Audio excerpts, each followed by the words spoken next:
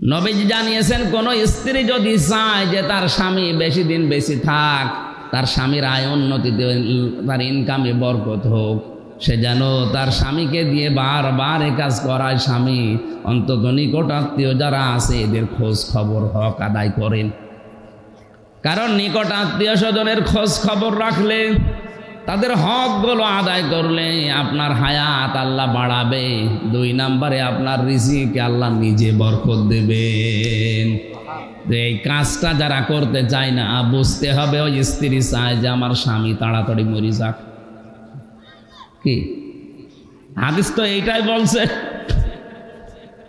মা বোন যারা এসেছেন মনে করছেন নামাজ পড়ি রোজা করি কালো বোরকা পরে ঘুরি, আমি জান্নাতে যাব না, যাবে কে? আহা, 2 জন মানুষকে এই পৃথিবীতে বড় বড় 2টা পুরস্কারের ঘোষণা